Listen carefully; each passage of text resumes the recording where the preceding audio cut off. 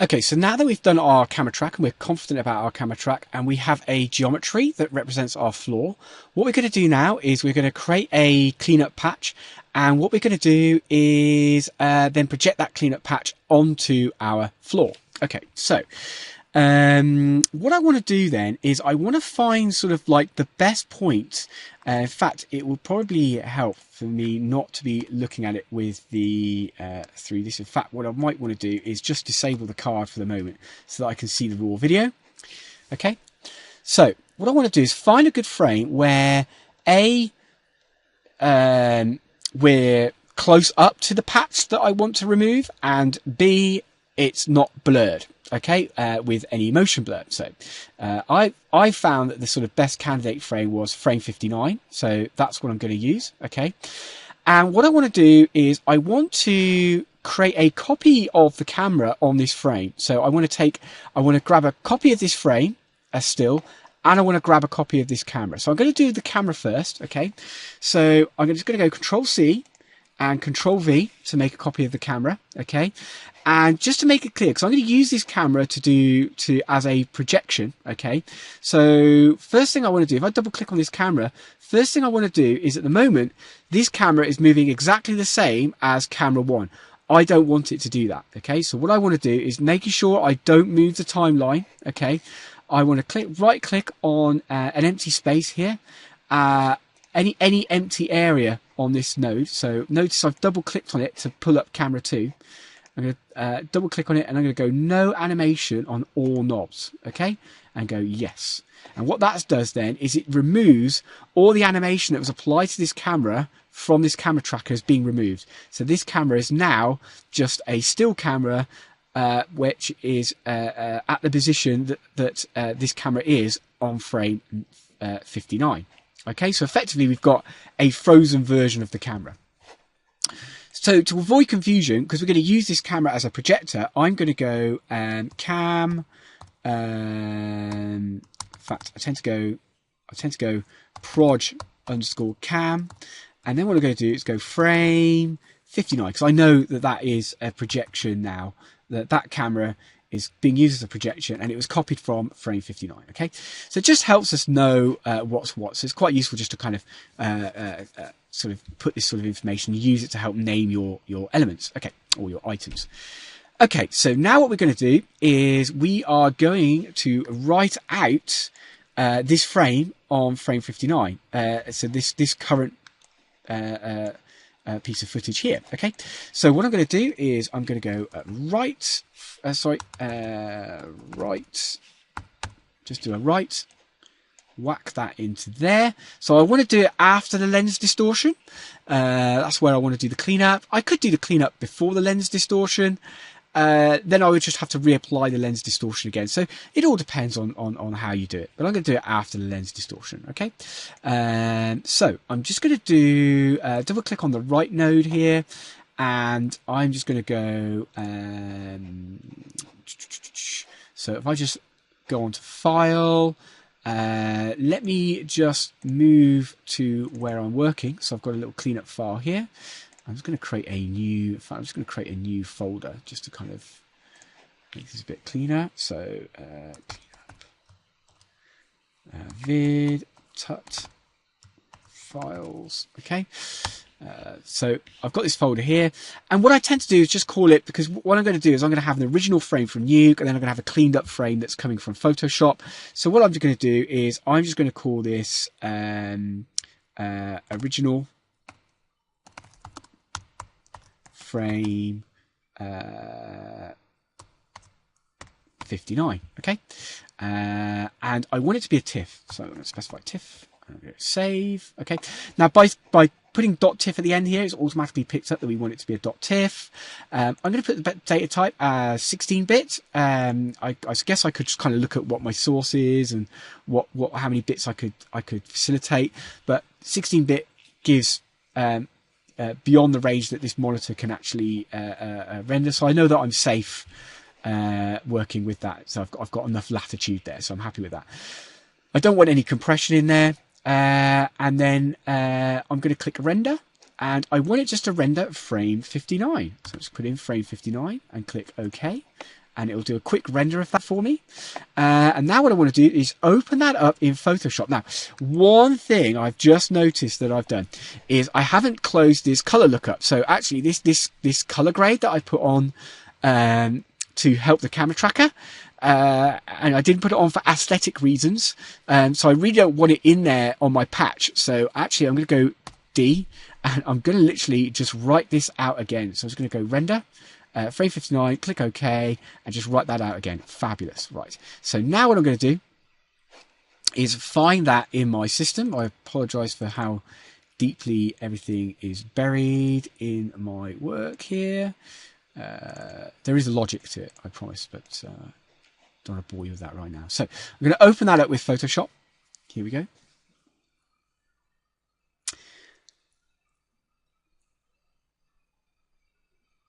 And when it comes to sort of cleaning up frames in Photoshop, what I would say is there are a particular set of tools that you can use. But before we go on to that, one of the best things to do is create a copy of the original background. So you can always come back to that, and you can always pull patches out of that you might need. So it's always good to create a copy of this into another layer. So I'm just going to go and if I go right click and just go duplicate layer, and I'll just go, yeah, background copy is fine. Okay. And then I'll just turn off this original background here. So we've got a copy of it. If I mess something up on the background, I can go back to that. Okay. And then what we can do is, basically, I don't want to kind of cover loads in Photoshop, but, your basic tools that you've got are, your clone stamp. Okay, which can do cloning. You can look these up in your own time. You've got this healing brush. So this healing brush uses kind of an algorithm in Photoshop which will attempt to kind of work out how you should cover this area. In fact, let's just try that healing brush right now. I wonder if I can just make that a little bit larger. Here we go. Let's just brush that there. There you go. And you can see it's kind of giving it a guess, an attempt to kind of cover that up. It's not brilliant, but you know, it's okay as a sort of first attempt, if you will. Okay. So that's the healing brush, or you could do a clone, etc. Okay. So you've got your healing brush, you've got your clone. Another thing you could do is you could actually create a patch. So what you do is copy a bit of one area and overlay that over the other area. And that's what I'm going to do. So I'm going to create a patch to cover up this bit here. Okay. So what I'm going to do is I'm going to use the polygon selection tool just to select around this area here. Fab. Okay. I'm then going to feather that. Okay. In fact, it's already feathered. So I've already specified that, feathered it by 5 pixels. I don't want to feather it low, so I think that's enough. Okay. And then what I'm going to do is, I know that's the area I want to patch up. So what I'm going to do is I'm going to transform the selection, just move the entire selection. Hang on. Pressing completely the wrong buttons here. Let's try again. I'm going to move that entire selection over to here. I want to kind of keep it in parallel to where we are. So just move it along sideways. Okay. All right. And then I'm going to take this and use that as our patch. So I'm going to go control. So I'm also, sorry, I want to press enter to confirm that transform. And I want to create a new layer. Let's create a new layer. So this layer is the layer that I'm going to put the patch onto. Okay. And then what I'm going to do is simply go control C. In fact, sorry, it's an empty layer. Select the background, go Control C on the background, select our new layer and go Control V. Okay. And what we'll see is we have a patch. There we are, in this layer. And I can literally grab this patch and just move it over the top of that grate. Okay. Now let's just zoom in on this and see what we've got. Okay. I think I need to go over here. I think, is this where the patch is? Yes. So I can line that up to kind of match as best as possible. But what we can see is the kind of lines, because it's a slightly different perspective where we took the patch from, the lines kind of go like they sort of shift angle a little bit. So it's not ideal. So what we want to do is see if we can actually do a transform on that. If I go Control T, okay, or I can just go Image, Free Transform there. Okay. Either way, it works. That allows me to kind of rescale this and do things with that I feel I need to do. So I'm just going to rotate this to kind of match, hopefully, the angle of the lines there. So hopefully it looks a bit more like those lines are just continuing along. And then what we'll see is there's a slight scale issue here. I think I just need to scale this up. Do I need to scale that up there? I think we're okay there. I might just need to move this patch down a little bit. There we go. I think that's fitting better. Again, might just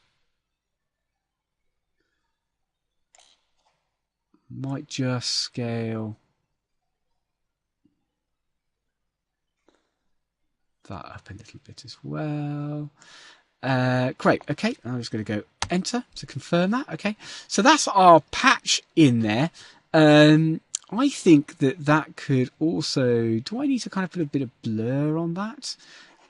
Just looking at where the feather is, I wonder if we can do a better job of that. Just where that feather is. I might just try a little bit of blur on there, just first of all. So I'm going to I'll just do Gaussian and just adjust that. So I might go 0.2. It's a very subtle blur that I want to apply to that. In fact, I'm just going to undo that and just reapply it.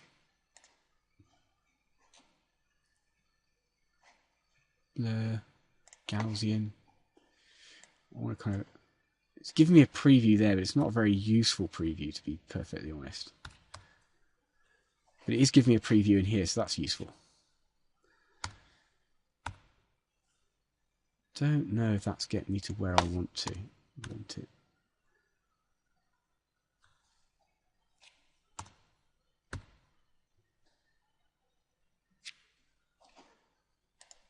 I'm kind of interested to see if that actually, I think that actually makes just, yeah.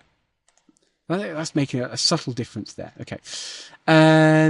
Okay, so that's our patch that we've created. I'm just going to see if I can, try to see if I can just move this patch a little bit more.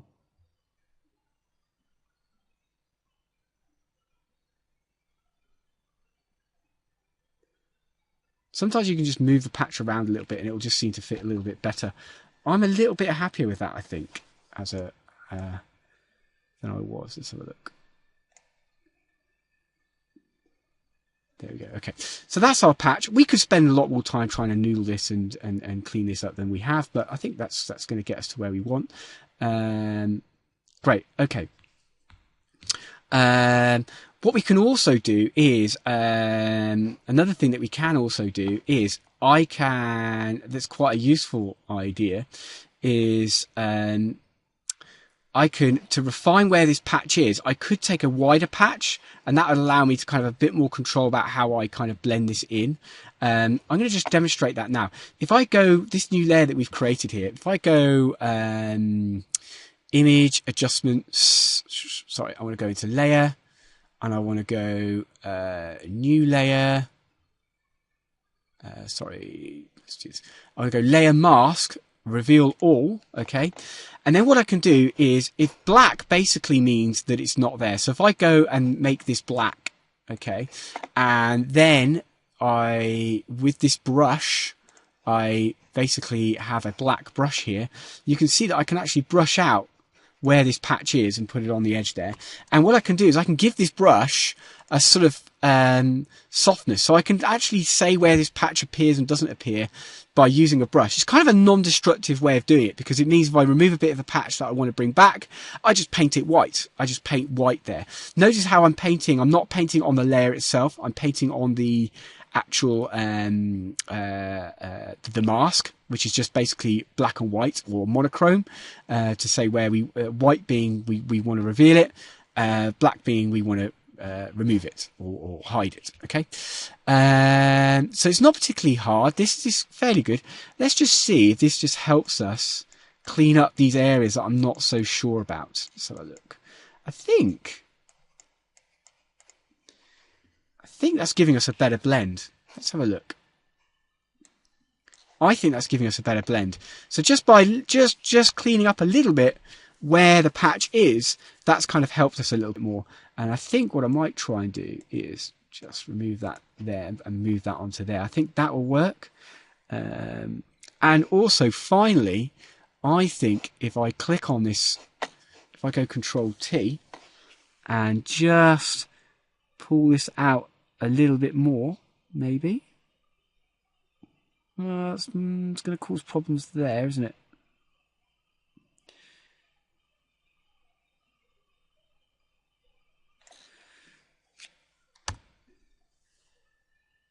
I think I might just undo that. I don't think that's helped. And I think we'll just keep it as we got it. Okay, so but I think that's helped and that's cleaned up our patch a little bit. Okay, so let's have a look at that overall, shall we? So if I just go nice. And obviously the advantage of kind of zooming in here allows us to kind of look at the patch in detail, and obviously hopefully when we zoom out it doesn't look so conspicuous. Okay, great. So yeah, that is our patch. Okay, so I've just refined it a little bit more before I went to save it. All I've done is literally just rescale this little patch a little bit, just to kind of help things out a little bit, and then I just kind of shifted it across. It just seemed to match when I shifted it a little bit to the right, the patch to the right. It just seemed to match a little bit better. But again, it just takes time to kind of refine it and get the patch looking as best as possible. Okay, so that's our patch done. Now what I'm going to do is I'm going to go File, Save As, and I'm going to save this again as a TIFF. I don't want any of... I want the whole image. I don't want just the patch. I want the whole image, because then that gives us the flexibility to use this to patch up in Nuke in a bit more flexible way. So what I'm going to do is I'm going to call it clean frame. Clean frame. Okay, I'm just going to save. I don't want to put all the layers in there. I'm just going to discard the layers. Okay, that's fine, and click OK. Right. Now what I'm going to do is read that back into Nuke. So let's go into our comp that we're working on, which isn't this one, it's this one here. Okay, read that back in. So I'm going to go read node. Okay, so this is the clean frame. Let's go open. Okay, so now what we want to do is we want to put this into the card.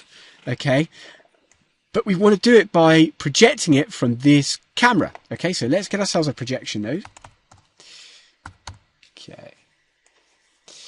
So I'm just going to move things around a little bit just to give us a bit of space. So if I just grab all of this, just move this all down, gives us a bit more space up here. Okay, so now what I can do is I can go, right, we want to project onto this card, okay, using, so we don't need this checkerboard pattern anymore, using this frame that we've just got here. Let's put that in, okay, and we want to project it from this camera here. Okay, so I'm just going to put the camera there and project it from that camera there. Great, okay. That's fantastic. Okay, so basically what we have now is we have a, if we look at the result, this is no longer patching. This will actually just fill the entire frame, okay, with a still image, okay, that is moving in front of the camera, but it's just a still image, if that kind of makes sense. Okay.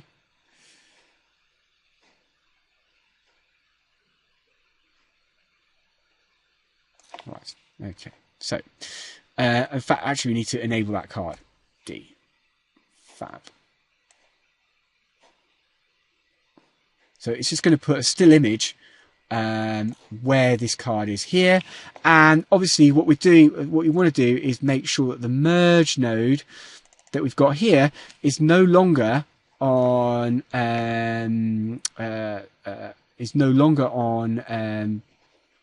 in fact, I'll come back to that in a moment. Yeah, let's do this now. We want to make sure the merge node is no longer on soft light. What we want to do is put that onto an over.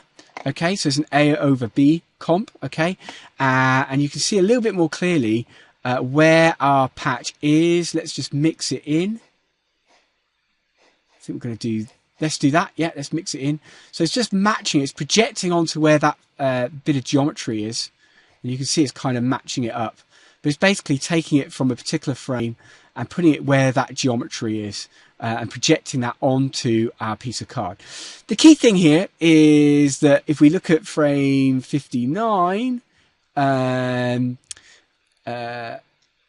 it kind of matches up. I'm hoping that that's not actually... Let's have a look.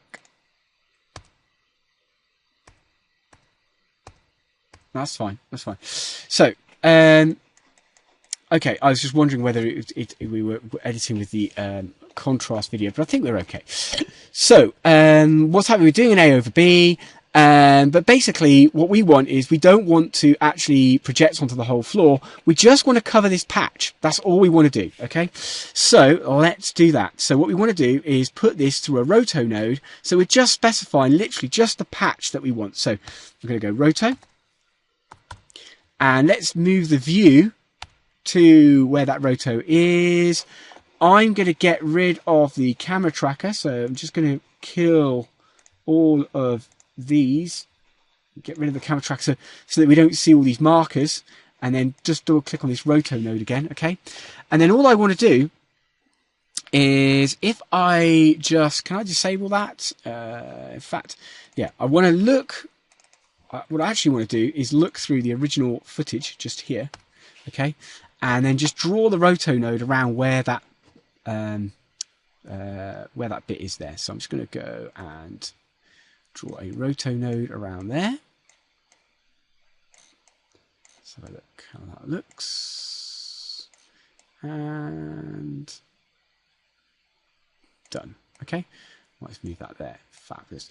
And I want to feather this. I don't want to feather it too much, actually, because of this pattern. I want to be really careful about feathering it. This pattern's going to cause us a bit of a headache, as you're going to find out. So let's just do a little bit of feathering. Okay. Right, and then what I want to do is, in order for this to actually accommodate an alpha channel, so this roto is generating an alpha channel for us. In order for this to accommodate an alpha channel, what I need to do is click on here and go auto alpha to give it an alpha channel, okay? And then what I want to do on here is I want to set the pre-mult, okay, and pre-multiply it by RGBA, okay? So that means that what we're getting here is a pre-multiplied image going onto this projection node, okay? And if I click on there, you can see what we've got. We've got a pre-multiplied image going onto that projection node. Now, hopefully, when we look at the merge, let's have a look what we've got. Might need to just kill that. And just going to have a look at our A over B operation. A over B.